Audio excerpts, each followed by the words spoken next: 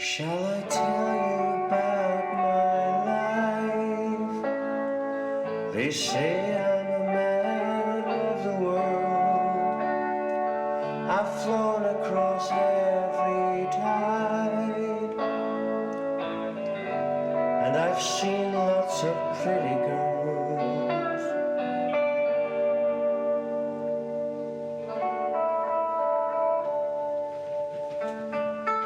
I guess I've got everything I need.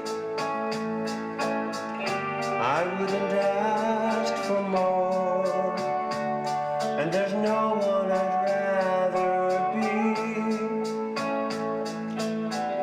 I just wish that I'd never been born.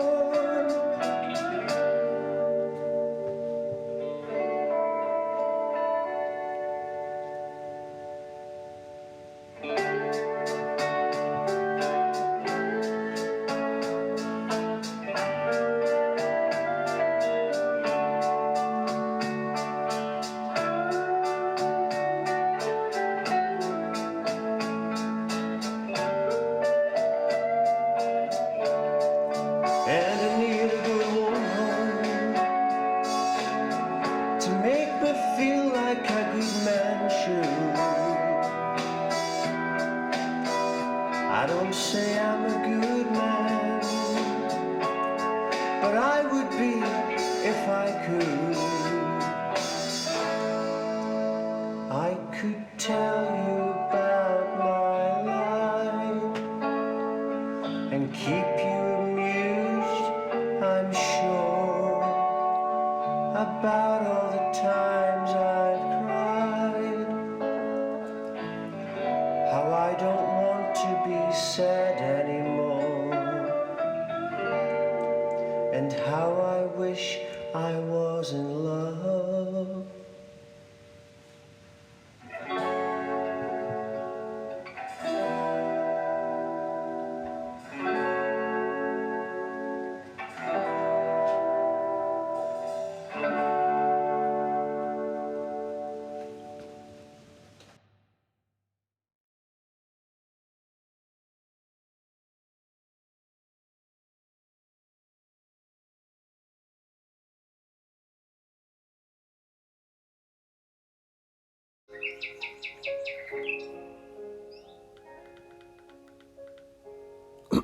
Hello there.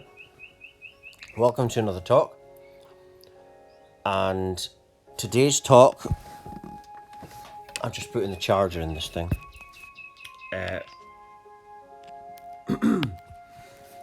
Yes, today's talk is called When the Narc Pretends to be Spiritual. And it's not a good thing. And you find a lot of this in the spiritual awakening community. You can call it a community now because that's what it's developed into.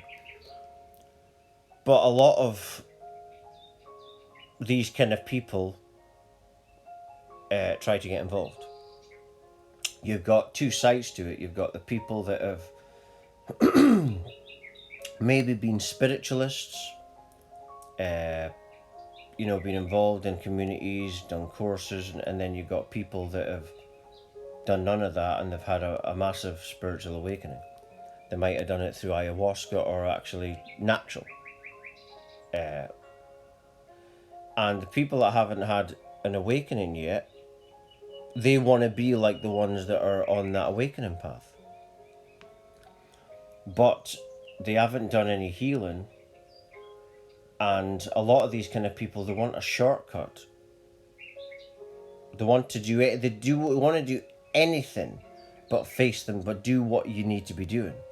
And the only thing that gets you to the level that they're trying to get to is like I done at the age of 24. That was 10 years ago. I'm 34 now. I had enough. And really had enough. And I went so deep within myself at that moment that it manifested the spiritual awakening. And then after that I had other awakenings, and someone opened up, You see, when you have that like a mind explosion like that, that ignites the chakra system, and it was so powerful. And then I had a rebirth. I literally was taken back, my consciousness to back before I was born, when I was in the womb. I wasn't getting voices telling me that. I was getting thoughts coming in, downloads, information downloads telling me what was going on, and that lasted for 2 weeks. And then I started this healing path, and I too, I was a compulsive liar. I wouldn't lie about things about other people. I wouldn't lie about other people, but I would lie about myself. You know, drugs, alcohol. Now it's supplements, medicines, things that is good for me. But I didn't care about myself before then. And, you know, I'll hold my hands up. Yeah, that was very narcissistic the way I was. But I wasn't like, the way I was, I would just like get off my face and not think about anything. So it wasn't narcissism at the level where it's like hurting others, but there's still narcissism there, even if you're hurting yourself. Uh,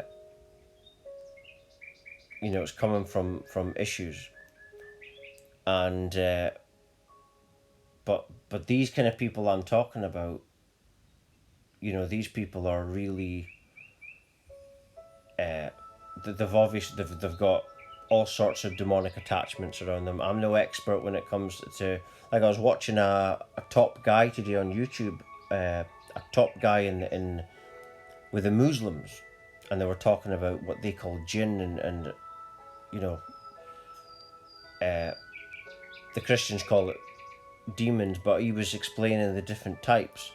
So I can't tell you about that, but there's definitely something demonic and dark and satanic with narcissists. Definitely something. Like, so many people, I've seen so many people post on the internet that they had an awakening in their family and their family turned against them. Uh, I'm not gonna say that happened to me, because it's actually, if someone turns against you, they're actually for you because they're actually helping you. You see? So if anyone's going through that, take it as a positive. Whatever happens to you, take it as a positive.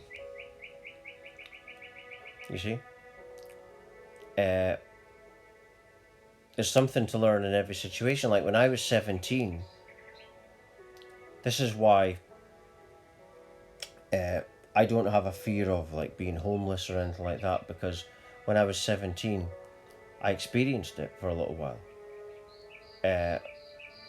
And what happened was I didn't end up homeless. I ended up getting a job, and it was all fine. But because of that, I don't have that fear. You see?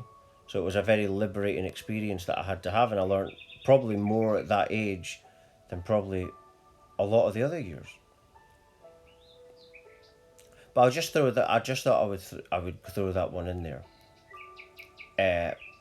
because because it relates to what I'm talking about. Fear is related to narcissism, and experts that talk about like experts. Sorry, excuse me. Muslim experts, like top guys, that, like one of them that I was watching today. That's what they say, that these spirits occupy in the spiritual realms, and they communicate with us in the spiritual realms, feeding off that low vibrational emotions. It's a bit like when you have a nightmare. Usually, when you have a nightmare, it's when you haven't been feeling good the night before. Like if someone's feeling depressed, they'll have a nightmare. You put yourself into that state. They can't come near you if you're in a high vibration. You see? But into the topic in hand, the narc that pretends to be spiritual, like I say, there's two sides to the spiritual community, the awakened ones and the non-awakened ones. And non-awakened ones will be narcissistic because they haven't healed that yet.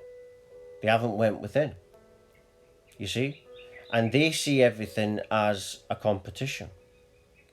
Everything's a competition to them.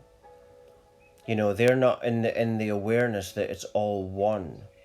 The law of one basically is that everything is you. And how is everything you? Well, because everything has to start from nothing. Mainstream science now has technology. I watched a documentary, it might have been last year, a science documentary, and they were showing this technology where they can go back to nothing, to before the Big Bang. So what's nothing? One infinity. You can only have one infinity. That's what oneness is. It's the one, you're the one infinite nothingness. You see? So that's what law of one really means. And anyone studying the law of one, very simple. You just, and it happens in awakening. In my spiritual awakening, my mum's side are psychics, and I don't hear spirits. Or my mum's side are gypsies. My grandmother was Romany gypsies, and they could see spirits. They would go up to someone in the street and give them a message from a spirit loved one. They would cry at the person and be happy at the same time. But I can't do none of that. The gift that I learnt from the awakening was the gift on how to heal myself. And as I'm going along the path after years of inner healing, now I can actually, I get this thing, this beautiful fuzzy feeling on the back of my neck. You get the same thing when you're sun gazing, and that's because sun gazing is light codes. And so basically, the beautiful euphoric feeling I get, it's when I'm singing a really good song and I know that a high vibrational spirit is there, because it's the same kind of frequency that you get when you sun gaze. If you try sun gazing, you'll feel that. You see.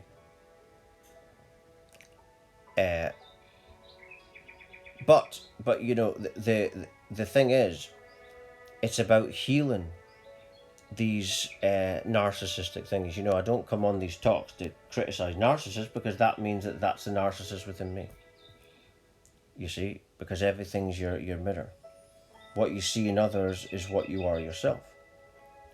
You see, like I was mentioning a moment ago about law of one. That's what I realized when I first had the awakening. I started to see it was all one. It was all me, and it was the awakening was taking me back to nothingness, one nothing. And when you realize that, you realize it's all you, and then you realize, and then I discovered years later about shadow work, which I already was doing from the awakening, and so it's just about sharing this message on, so others can get it. And if you want to, you can donate to me. I do have a donation page on my website. It goes straight to Patreon. I don't actually want to touch the money. I just want to keep it there, and it's good there just in case I ever need it. But I don't personally think that I'll ever need to touch it. That's the journey I believe I'm on. I believe it's a very rich journey. Well, it is. I know it is. My life really began at 24 when I had the awakening. But back to the talk in hand, at the time I've got left doing it, if you are one of these people, I'm not trying to bring you down. I'm telling you the solution. The solution is to awaken yourself. Third eyes, chakras, all that stuff you want. It's all within. Right? Don't listen to other people, remember, because you are nothingness. If you were someone that were told as a kid from parents, school teachers, or others that you were nothing, as a way to insult you, they're actually telling the truth. You're nothing, and so are they. You're the same nothing. You see? You're all, and that's what law, like I said earlier, that's what law of one is. So when you're seeing someone in some way, that's what you are. It's coming from within you. You see? And when you consciously stare into this is what Carl Jung invented. That's called shadow work. And what you're healing there, when you consciously stare into it, is your own traumas. It's the insecurity, the trauma, that makes you want to demonize the external person. You see? When you react, I've mentioned this in talks before, arousal, whether it's sexual arousal, aggressive arousal. Arousal isn't just sexual. Arousal is the reaction to the situation. Meditate on that feeling, right? And you'll be able to tap in and heal that trauma, because that shaken feeling, that reaction, that arousal is the problem. That is the narcissist right there. And you heal that, and then energetically you can't attract this, what the Muslims call jinn. You see? Remember, there's negative energy, there's positive energy. When you're in a positive vibration, that things like that can't touch you. So you are in control. You see? And you shouldn't ever try to control other people's lives, because they've got their uniqueness. Just control your own reality and make your life the best possible. I'm my mum's registered carer, very proud of it as well. And I do these talks, and I know that the caring work is actually a part of the path, because it teaches you about being selfless and all that stuff. But so that's why I'm not demonizing narcissists here. There's a lot of people that do anti-narc videos. I'm not going to do that, because if I am demonizing narcissists, that's the narc within me. You see? So this is a message to those that are the narcs that haven't had an awakening yet, pretend to be spiritual. Do what I did at 24 when I had the awakening. I was authentic, meaning I went within my heart chakra. I didn't know I was doing it at the time. And then it ignited it. It's like people don't like being gaslighted, but you awaken when you're gaslighted. That's when you awaken. It's when you might even gaslight yourself. That moment where, oh, I got it now. That's awakening. So to awaken is just staying with that. But people don't do that usually because they're thinking there's something external. But it's only when you can't stand it anymore, like I was at 24, that I went within. I knew someone, I had a friend that had that same thing of having enough, but he committed suicide. So, but I chose to, it was just a different choice, you see. And so it's about going within yourself. And I hope people like the songs. Sometimes I put a song at the start of the talk, a new song that I've maybe recorded or sang. I write my own songs sometimes as well, or channel them, because you're not actually right. It's not my creation, because the information is coming into you, so it's not me. Everything's alone, and I'm just going to leave it there. For latest updates, talks, news, research, and much more, please do check my website at www.lovelightfamily.com. Thank you.